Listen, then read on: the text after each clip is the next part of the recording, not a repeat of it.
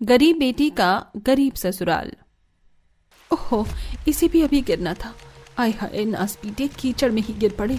ये नहीं थोड़ा घर के अंदर या सूखी जगह पर ही गिर जाते, पर ये निकम्मे आलू कीचड़ में ही नहा लिए। अब इन्हें यहीं से उठाना पड़ेगा। परेशान हो गई हूँ इस दलदल जैसे कीचड़ वाले घर में रहकर। काश मेरी अच्छी जगह शादी हो जाए और मैं यहाँ से निकलकर कहीं अच्छी जगह पहुँच जाऊँ जहाँ मुझे कीचड़ का सामना न करना पड़े। कीचड़ में से आलूओं को उठाकर शिप्रा घर में ले आती है और उन्हें बार बार धोकर साफ करके काट देती है। कुछ दिनों बाद उसका अच्छे घर से रिश्ता आ जाता है, जहाँ वो किसी वाटिका में शादी करके अपने ससुराल की तरफ गाड़ी में बैठकर आती है। शुक्र है मेरा दलदल वाली कीचड़ की जगह से पीछा छूटा। अब रोज रोज कीचड़ देखकर मेरा दिमाग खराब नहीं होगा। मैं ही जानती हूँ इस कीचड़ की वजह से 2 बार रिश्ते टूटे हैं मेरे, तब जाकर आज मेरी आलोक से शादी हुई है। लेकिन अब मैं अपने ससुराल में बहुत खुश रहूंगी। शिप्रा, तुम्हारा ससुराल आ गया। आराम से गाड़ी से उतरना। ड्राइवर वाले भैया, ये लो आपके पैसे। क्या मतलब आलोक, ये तुम्हारी गाड़ी नहीं है? नहीं, ये तो मैंने पैसों से बुक की है ताकि तुम्हें आराम से ससुराल तक ला सकूं।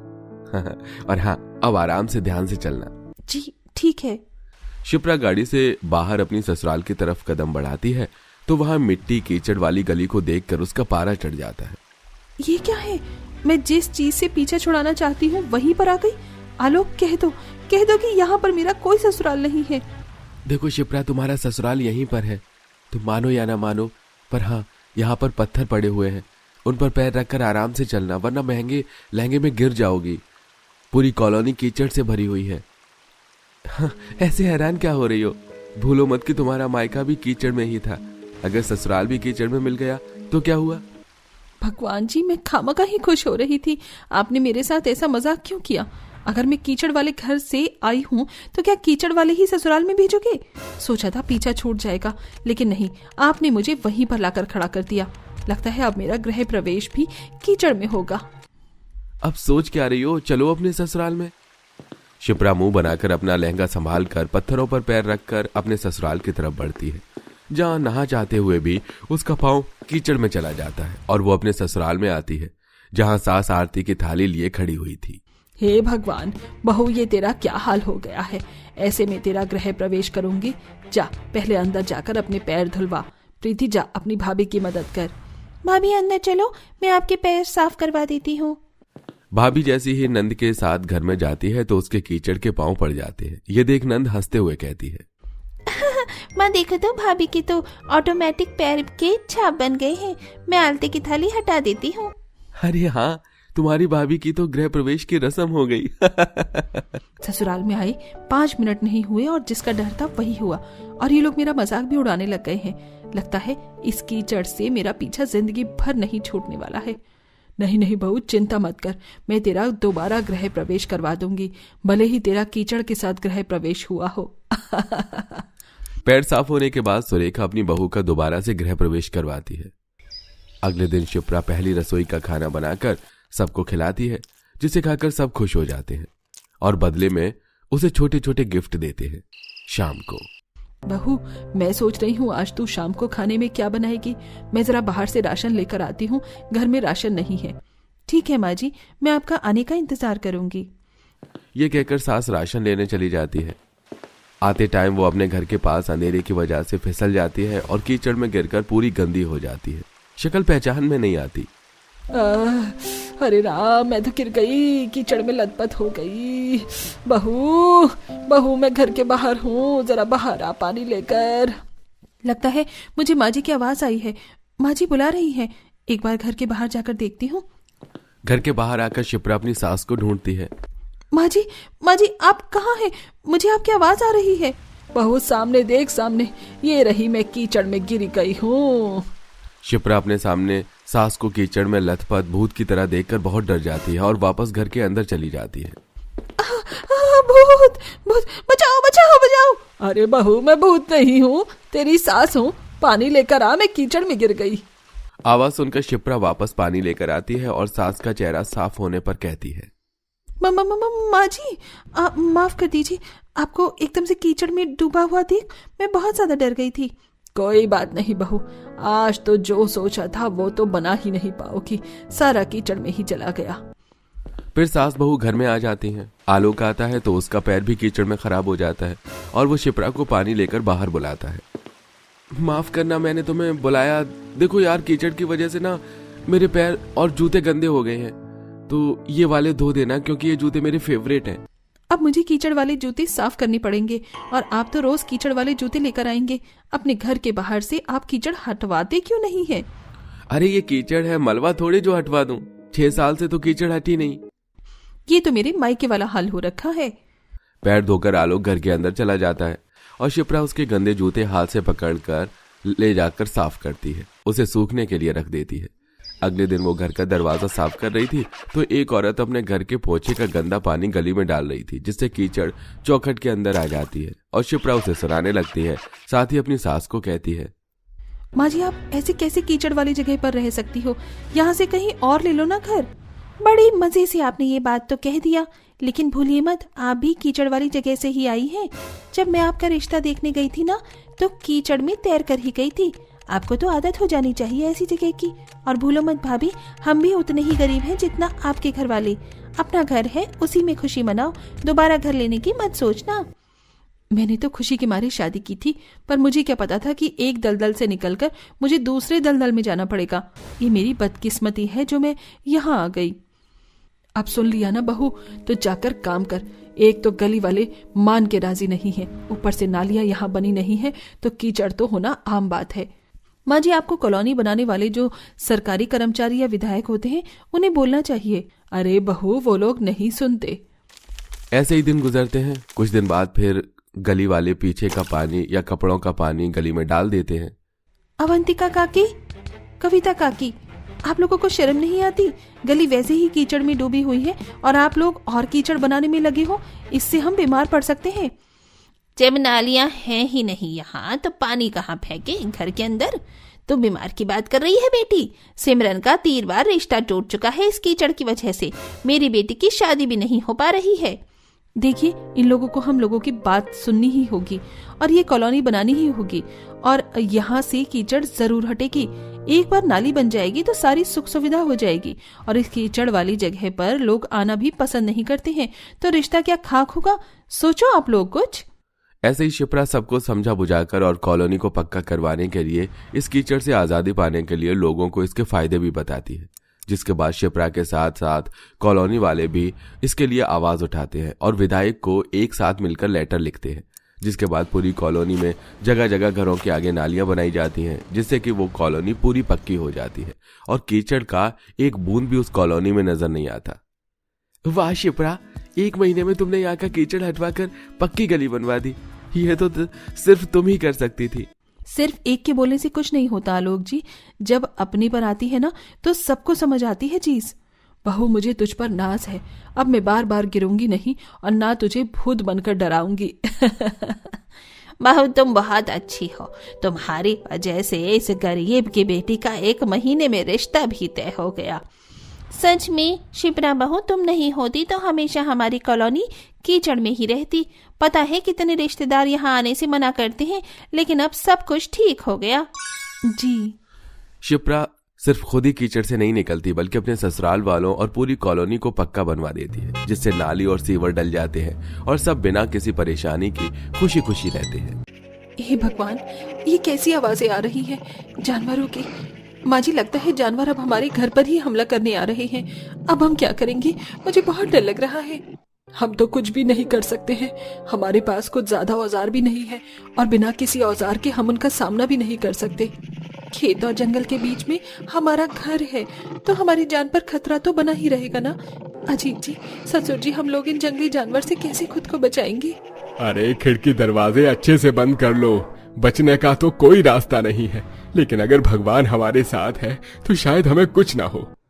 आप लोग यहीं बैठिए, मैं अभी सब दरवाजे खिड़की अच्छे से बंद करके आता हूँ। नहीं नहीं, आप बाहर मत जाओ। एक तो रात का समय है, ऊपर से आप अकेले जाओगे। कहीं जानवरों ने आप पर ही हमला कर दिया तो? तुम घबराओ मत, मैं बस दरवाजे खिड़की ही बंद करने जा रहा हूँ। सुमन का पूरा परिवार जानवरों के खौफ में था, लेकिन ऐसी भी कौन सी मजबूरी थी जो परिवार को खेतों के बीच रहना पड़ रहा है, जहाँ रात के समय जंगली जानवरों का आना रहता ही है। तो पूरी बात जानने के लिए हम कुछ समय पहले चलते हैं। जहां सुमन अपने खेत वाले ससुराल में आती है। सुमन की सास राधा सुमन का घर में स्वागत करते हुए कहती है, बहू तू तो वाकई में बहुत सुंदर है। अब से ये तेरा ही घर है, तुझे इसे अच्छे से संभालना है और तू ही इस घर की लक्ष्मी है। माँ जी, वो सब तो ठीक है, लेकिन मेरे ससुराल के आसपास कोई दूसरा घर क्यों नहीं है? और मेरे ससुराल के आसपास बस खेत ही खेत क्यों नजर आ रहे हैं? कोई और घर क्यों नहीं है माँ जी? हम क्या खेतों में रहते हैं? हाँ बहू, तेरा ससुराल खेत में ही है। दरअसल गांव में जो हमारी जमीन थी वो हड़प ली गई थी और अब हमारे पास ये खेत ही था। तो अगर हम यहाँ पर नहीं आते तो शायद ये भी हड़प लिया जाता। जमींदार के डर से गांव वालों ने भी हमें गांव से निकाल दिया था, इसलिए हम खेत में ही रहने लग गए। हाँ, तुझे थोड़ी परेशानी हो रही होगी, लेकिन अब तेरे ससुराल के नाम पर ये छोटा सा घर और ये आसपास का थोड़ा सा खेत है, बाकी सारे तो दूसरे लोगों के खेत हैं। मैं समझ सकता हूँ सुमन कि तुम्हें अपना ससुराल देखकर बहुत अजीब लग रहा होगा, लेकिन हमने सब कुछ पहले ही बता दिया था, कोई भी बात नहीं छुपाई थी। हाँ, तो आपको किसने कहा है कि मैं आप लोगों से कोई शिकायत कर रही हूँ? मुझे अपने गरीब ससुराल या खेत वाले ससुराल से कोई परेशानी नहीं है। मैं भी कोई बहुत ही अमीर घर से नहीं आई हूँ जो मुझे ऐसी जगह पर एडजस्ट करने में दिक्कत हो। हाँ, मेरे लिए थोड़ा अजीब है कि खेतों में मैं ससुराल में रहूंगी, क्योंकि आज से पहले मैं कभी ऐसे नहीं रही, तो वो भी धीरे धीरे करके हो ही जाएगी आदत। सच में बहू, तू बहुत ही समझदार है, हमारी परेशानियों को भी समझ रही है और यह सब तेरे लिए मुश्किल होते हुए भी हमें जता तक नहीं रही है। अच्छा, अब थोड़ा सा आराम कर ले, थक गई होगी ना। गरीब बहू का खेत में ससुराल था, इसलिए सुमन को काफी अजीब लग रहा था, पर वो इस बात से अच्छे से परिचित भी थी। कुछ दिनों बाद अजीत बड़े जमींदार के पास जाता है और उनसे कहता है, सेठ जी, आप तो मेरी फसलों का कुछ ज्यादा ही कम दाम दे रहे हैं। अरे इतने कम दाम में तो मेरी कोई बचत ही नहीं होगी। इससे ज्यादा तो मैंने मेहनत करी है, मैंने अपने खेतों में फसल उगाने के लिए पैसे लगाए हैं और मुझे इतने कम पैसे मिलेंगे तो मेरा घर खर्च कैसे चलेगा? मेरी परेशानी भी तो समझिए ना। अरे मेरा इतना बड़ा दिल नहीं है कि मैं किसी दूसरे की परेशानी समझूं। मुझे खुद से फुर्सत नहीं है, और अगर तुम लोगों को इतनी परेशानी हो रही है तो क्यों आते हो मेरे पास अपनी फसलों को बेचने के लिए? मैं तो कहता हूँ जहाँ सही दाम मिले वहीं बेच दो। लेकिन आपके होते हुए कोई दूसरा मेरी फसलों को खरीदेगा भी नहीं। आपका डर कितना है गांव वालों के अंदर, आपके खिलाफ जाने की कोई हिम्मत नहीं करेगा, और मैं अपनी परेशानियों से मुंह तो नहीं मोड़ सकता ना। मैंने सबका ठेका नहीं ले रखा है, आखिरी बार बोल रहा हूँ, अगर अपनी फसल मुझे बेचनी है तो बेच दे, वरना तो खेत वाला घर है ही, वहीं पर जाकर रहो और अपनी फसल खुद खा, मुझे क्या। कम दाम में अजीत को अपनी फसल जमींदार को ही बेचनी पड़ती है। ऐसा एक बार नहीं बल्कि इससे पहले भी कई बार हो चुका था, और इसी वजह से अजीत भी अपनी गरीबी से उभर नहीं पा रहा था, क्योंकि सारे पैसे फसल में चले जाते हैं और फसल कम दामों में बिकती है। अजीत परेशान होकर घर आता है और शांति से बैठ जाता है। इस बार तो जमींदार ने फसल के दाम कुछ बढ़ा ही दिए होंगे ना, हमें कुछ मुनाफा हुआ कि नहीं? नहीं पिताजी, कोई मुनाफा नहीं हुआ, हम पहले जहाँ थे अब भी वहीं पर हैं। गरीबी की मार इतनी तेज थी कि अजीत अपने परिवार को बचा भी नहीं पा रहा था, लेकिन वो कोशिश करता ही रहता है। ऐसे ही कई दिन निकल जाते हैं। कुछ दिनों बाद अजीत और सुमन कुछ सब्जियां लेकर बाजार में बेचने जाते हैं। ताजी ताजी हरी सब्जियां ले लो। अरे भाई साहब, सब्जी ले लो, एकदम फ्रेश है। काफी देर तक वो दोनों सब्जियां बेचने के लिए खड़े रहते हैं, लेकिन वहां कोई भी उनकी 1 रुपए की भी सब्जी खरीदने नहीं आता।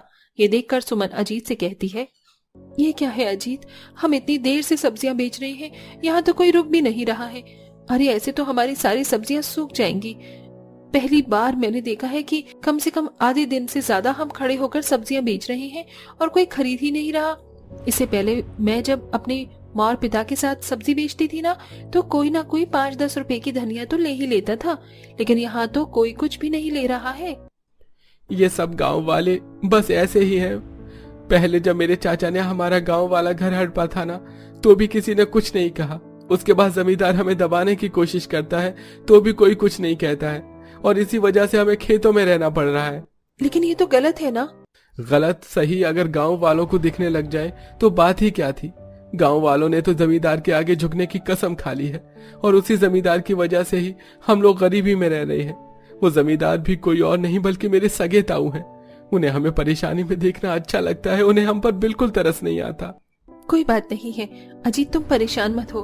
भगवान सब देख रहे हैं। जो हमारे साथ आज बुरा कर रहे हैं ना, आज नहीं तो कल उनके साथ भी कुछ न कुछ बुरा तो हो ही जाएगा। हमें तो बस अपनी सही के रास्ते पर चलना चाहिए। सुमन काफी ज्यादा समझदार थी और वो हमेशा ही अपने पति को हिम्मत देती रहती थी। अपनी पत्नी के हौसला देने के बाद अजीत भी कोशिश करना नहीं छोड़ता है। अजीत बाहर की खिड़की बंद करने जा ही रहा होता है कि तभी उसका पैर फिसल जाता है और वो गिर जाता है। अजीत के आसपास काफी खतरनाक जानवर आ जाते हैं और उसे घेर लेते हैं। यहाँ सुमन भी घबराने लगती है अपने पति को ऐसे देखकर। अजीत जी, अरे कोई बचाओ, अजीत! आवाज सुनकर गांव वाले भी अब खेतों में आने लगते हैं और सुमन के परिवार को मुसीबत में देखकर सब गांव वाले एकजुट होकर सभी जानवरों को वहां से भगा देते हैं और पूरे परिवार को एक साथ गांव में लेकर आते हैं, जिसमें से एक आदमी कहता है, अब बस बहुत हो गया। हम सब लोग उस जमींदार से डरते रहे जो बस दुश्मनी निकाल रहा था, और इस वजह से हमने अपने लोगों को खेत में रहने भी दिया। लेकिन अब और नहीं। खेत में रहना कितना जोखिम भरा काम है, ये हम सब जानते हैं। औरतें, बुजुर्ग आदमी सब रह रहे थे, पर हम में से किसी ने कुछ नहीं बोला। अगर आज आप लोगों को कुछ हो जाता तो हम सब गांव वाले खुद को कभी माफ नहीं कर पाते। आज से आप लोग इसी गांव में रहेंगे और हम भी देखते हैं कि हमारे होते हुए कौन आपको यहाँ से भगाता है। हाँ यहीं रहेंगे, हाँ यहीं रहेंगे। अरे तुम सब गांव वाले अपने पैर पर खुद कुल्हाड़ी मार रहे हो। सोच समझ कर इन लोगों को दोबारा गांव में रखना, क्योंकि लोगों से ज्यादा परेशानी तो तुम लोगों को होगी फिर। अब तुम हमें परेशानी दोगी जो हमारी बदौलत इस गांव में जमींदारी कर रहा है? अरे तुम्हें तो खुद पर शर्म आनी चाहिए। अपने सगी भाई के नहीं हुए तुम, फिर हम गांव वाले तुमसे ये उम्मीद कर भी नहीं सकते कि तुम हम सब के बारे में भी कभी सोचोगे। हम सब तुम्हारी इन खोखली धमकियों से नहीं डरते। तुम्हें जो करना है कर लो, और अगर हमारे साथ कुछ गलत करना चाहो तो याद रखना कि कल तक हमें तुमसे डर था, पर आज वो डर भी नहीं है।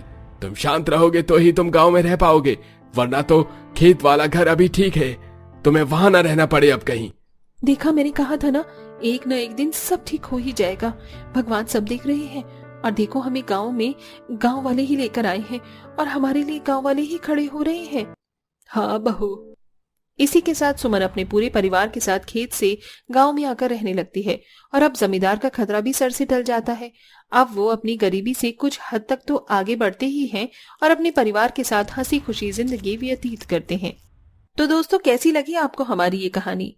हमें कमेंट करके जरूर बताएं। साथ ही क्या आप भी हमारी स्टोरी से रिलेटेड किसी ऐसे ही परिवार को जानते हैं जो ऐसे मजबूर होकर खेतों में अपनी जिंदगी गुजारते हैं? तो हमें ये भी बताइए।